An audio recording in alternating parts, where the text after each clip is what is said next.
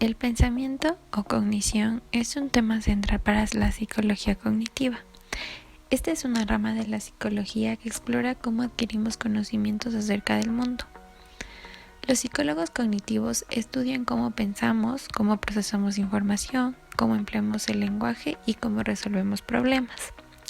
Pensamos todo el tiempo, pero ¿alguna vez se ha detenido usted a pensar qué es el pensamiento? En general, los psicólogos definen al pensamiento como la representación y la manipulación mental de la información. Esta la representamos en nuestra mente en forma de imágenes, palabras y conceptos. Manejamos información en nuestra mente cuando resolvemos problemas, tomamos decisiones y nos entregamos a propósitos creativos. Examinemos ahora las maneras de cómo presentamos y actuamos con base en la información. Imágenes mentales. Las imágenes mentales son representaciones internas de objetos que realizamos mediante percepciones. Jean-Paul Sartre, filósofo, dice que la imagen es un acto que trata de alcanzar en su corporeidad a un objeto ausente o inexistente, a través de un contenido físico o psíquico que no se da propiamente, sino a título de representante analógico del objeto considerado.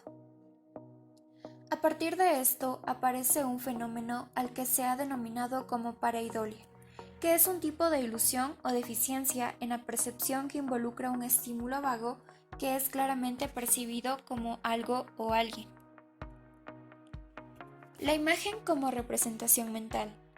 La mayoría de personas manifiesta haber tenido imágenes mentales más o menos vividas, especialmente de tipo visual. Se trata de un hecho experimental frecuente de los cuales gravitan parte de temas actuales. Por ejemplo, el famoso experimento de Albert Einstein que originó la teoría de la relatividad, que consistió en imaginarse a sí mismo viajando a la velocidad de la luz y observar mentalmente el comportamiento de la misma. Las imágenes mentales y su relación con la psicoterapia. Las imágenes mentales han mostrado ser un eficaz mediador cognitivo en el tratamiento de algunos trastornos psíquicos. Así, la desensibilización sistemática ideada por Wolff en 1958. Para él, este tratamiento de fobias, neurosis, ansiedad y trastornos sexuales estaba completamente ligada a una imagen mental. Los mnemonistas. Este es un término que hace referencia a un individuo con una extraordinaria capacidad para recordar una gran cantidad de datos. Por ejemplo, las listas con nombres inusuales de personas, guías telefónicas, pasajes de libros, etc. Y aunque existe cierto debate acerca de si estas habilidades son realmente innatas o si son aprendidas, hay muchos mnemonistas que han gozado de gran popularidad y han pasado a formar parte de la tradición, los mitos y la cultura popular de su país. Incluso algunos han sido objeto de estudio. Clasificación de conceptos. Podemos clasificar conceptos en dos tipos principales: lógicos y naturales. Los conceptos lógicos son aquellos que tienen reglas claras y precisas para determinar su pertenencia, esto es decir, que tienen una secuencia lógica.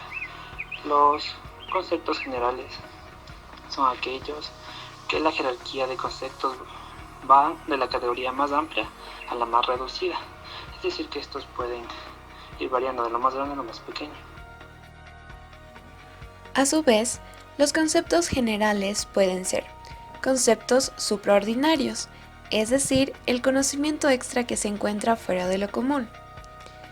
Puede ser también conceptos de nivel básico, que se refieren a la información de carácter fundamental. Asimismo, existen los conceptos subordinados, que dependen sintácticamente de otra oración llamada principal. En este momento les explicaré algunos ejemplos sobre los conceptos. Por ejemplo, uno puede ser cuando a un estudiante le mandan a resolver un ejercicio de matemáticas, lo hace con la fórmula y proceso que le enseñaron, es decir, él aplica todo lo que aprendió en la escuela y lo que su profesora le dio de manera clara y precisa. En cambio, existen otros conceptos en el cual uno puede pensar o asimilar las cosas, por ejemplo, viejo, antiguo, blanco lo puede hacer o coincidir con nieve, transparente con translúcido, atleta, deportista y maestro, profesor. Otra de las formas de pensamiento es la resolución de problemas, que se define como un proceso cognitivo en el cual empleamos estrategias mentales para resolver problemas. Existen variadas formas de resolver problemas, entre las cuales está la táctica de ensayo y error, que involucra un enfoque de atinar o fallar, en donde el individuo intenta una solución tras otra hasta que encuentra la correcta. Otra muy común es la experiencia de tipo eureka, donde las soluciones aparecen de manera repentina en la mente de las personas. Asimismo está el razonamiento. El psicólogo gestaltista Wolfgang Köhler se refería a este método como la conciencia repentina a la solución de un problema. Según los psicólogos cognitivos, el razonamiento es el resultado de la reestructuración de un problema de manera que sus elementos se unen de pronto para ofrecer una solución. Sin embargo, y aunque estas estrategias son muy comunes, no representan alternativas eficientes, por lo que Nevid propone 3 métodos para la resolución de problemas que son los algoritmos, la heurística y las analogías. Los algoritmos son un conjunto de reglas paso a paso utilizadas para resolver un problema. Un sujeto puede diseñar sus propios algoritmos funcionales para la resolución de problemas. Por ejemplo, un algoritmo para mejorar las calificaciones de un curso, el cual puede incluir que se destine cierto número de horas para estudiar el libro de texto de dicho curso, así como asistir a clases con regularidad y participar en un grupo de estudio. Vale recalcar que estas estrategias no aseguran el éxito, pero sí encaminan al sujeto a que lo logre.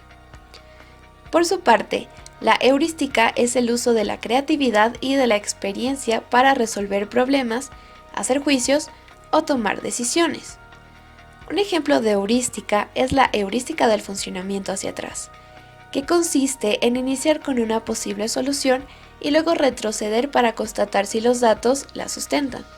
Por ejemplo, un psicólogo en busca de las causas de la esquizofrenia puede abordar el problema mediante la proposición de un modelo, como que la esquizofrenia es una enfermedad genética, y luego examinar si los datos disponibles coinciden con dicho modelo.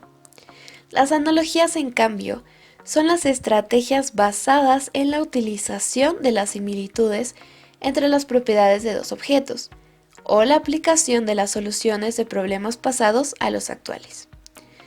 Cuando se habla de analogías, es importante tener en cuenta que estas son más útiles cuando existen semejanzas entre los problemas antiguos y los nuevos. Por ejemplo, podemos considerar la afinidad utilizada por Alexander Graham Bell, quien para inventar el teléfono realizó una analogía con el funcionamiento del oído humano, donde notó que los sonidos eran transmitidos cuando vibraba el tímpano. De esta manera, pudo inventar el mecanismo para el funcionamiento del teléfono.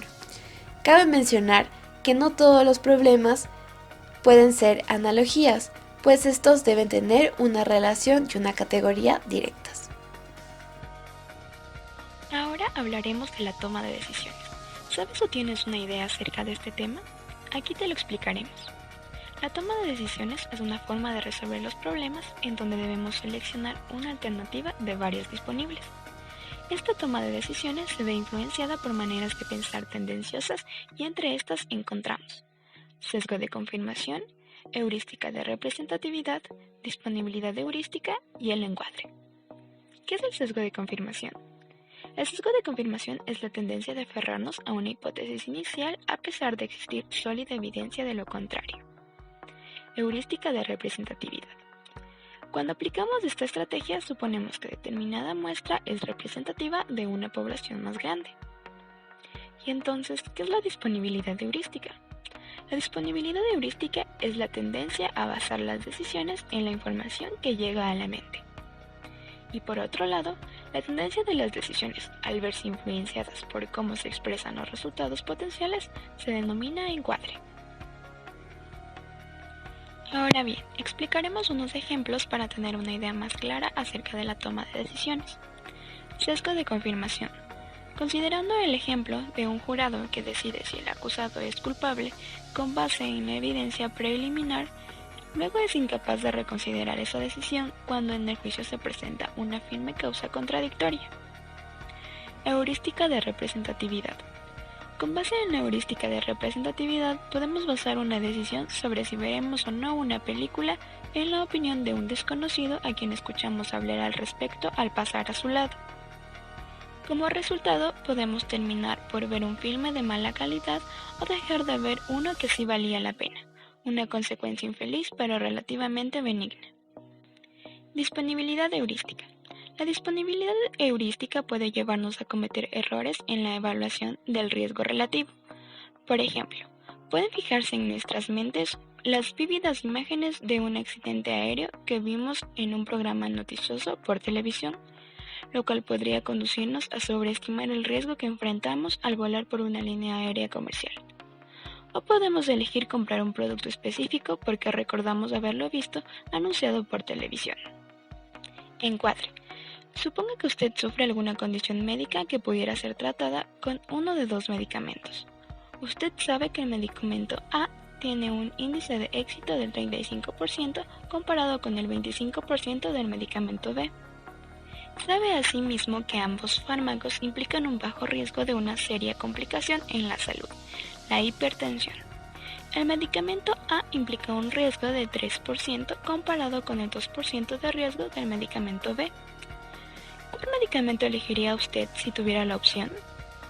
Es probable que usted piense, tomaré el que tiene el índice de éxito más alto, dado que el riesgo de hipertensión es solo 1% mayor. Ahora reencuadremos el problema. Suponga que los mismos riesgos le son presentados de esta manera. A pesar de que ambos medicamentos implican un bajo riesgo de provocar hipertensión, usted debe saber que el medicamento A implica 50% más riesgo de causar hipertensión que el medicamento B. ¿Estaría usted menos dispuesto a elegir el medicamento A? ¿Por qué? Recordemos que el encuadre se basa en una decisión debido a los posibles resultados. La creatividad. La creatividad es una forma de pensamiento que genera soluciones originales, prácticas y significativas a problemas, o que genera nuevas ideas o expresiones artísticas. El hecho de pensar en un nuevo producto o una manera de hacer algo ya es creativo cuando permite que una persona resuelva un problema de manera novedosa y útil. La creatividad no está limitada a unos cuantos genios creativos en las artes o en las ciencias, sino que los psicólogos reconocen que casi todos los seres humanos tenemos la capacidad de ser creativos y de aplicar esta creatividad cotidiana a diversos aspectos de nuestra vida diaria. La creatividad se mide de distintas formas, pero lo más común es que se haga mediante pruebas que evalúan el pensamiento divergente. ¿Qué es el pensamiento divergente? El pensamiento divergente es la fuente de los inventos. Es la capacidad para concebir modos inéditos de percibir situaciones y de nuevos usos para objetos conocidos. Luego tenemos el pensamiento convergente. El pensamiento convergente es el pensamiento dirigido hacia la solución correcta de un problema. Un problema que debe solucionarse mediante el pensamiento convergente tiene una única solución, o muy pocas. Por ejemplo, un problema matemático requiere de una respuesta exacta y única. A continuación, hay dos ejemplos de cada pensamiento. Primero, un ejemplo del pensamiento divergente. Este lorito es capaz de repetir todo lo que oiga, le aseguró a la señora el dueño de la pajarería. Pero una semana después, la señora que lo compró estaba de vuelta en la tienda protestando porque el lorito no decía ni una sola palabra. Sin embargo, el vendedor no había mentido. ¿Por qué? La solución a este problema es que el lorito es sordo, por lo que no escuchaba nada, entonces no repetía nada. De esto básicamente es de lo que se encarga el pensamiento divergente, de dar respuestas creativas a problemas que pueden sonar algo lógicos o absurdos. El pensamiento divergente se encuentra en el hemisferio derecho de nuestro cerebro y es en donde tenemos nuestra creatividad. Después tenemos un ejemplo de pensamiento convergente. El pensamiento convergente puede utilizarse en una gran cantidad de situaciones distintas. Primero, en una reunión de una empresa, los dirigentes tienen que escuchar todas las ideas que existen sobre cómo resolver un problema, analizarlas y elegir la opción que crean que va a funcionar mejor. Por otro lado, en un examen tipo test de la universidad, un alumno tiene que reflexionar sobre todas las opciones posibles que se le presentan, reflexionar sobre aquello que ha estudiado sobre el tema y escoger la respuesta que considera correcta. También, una persona a la que se le haya ofrecido 2 trabajos distintos tendrá que examinar los pros y los contras de cada uno, pensar sobre el impacto que ambas alternativas van a tener sobre su vida y escoger la opción que más te convenga en ese momento.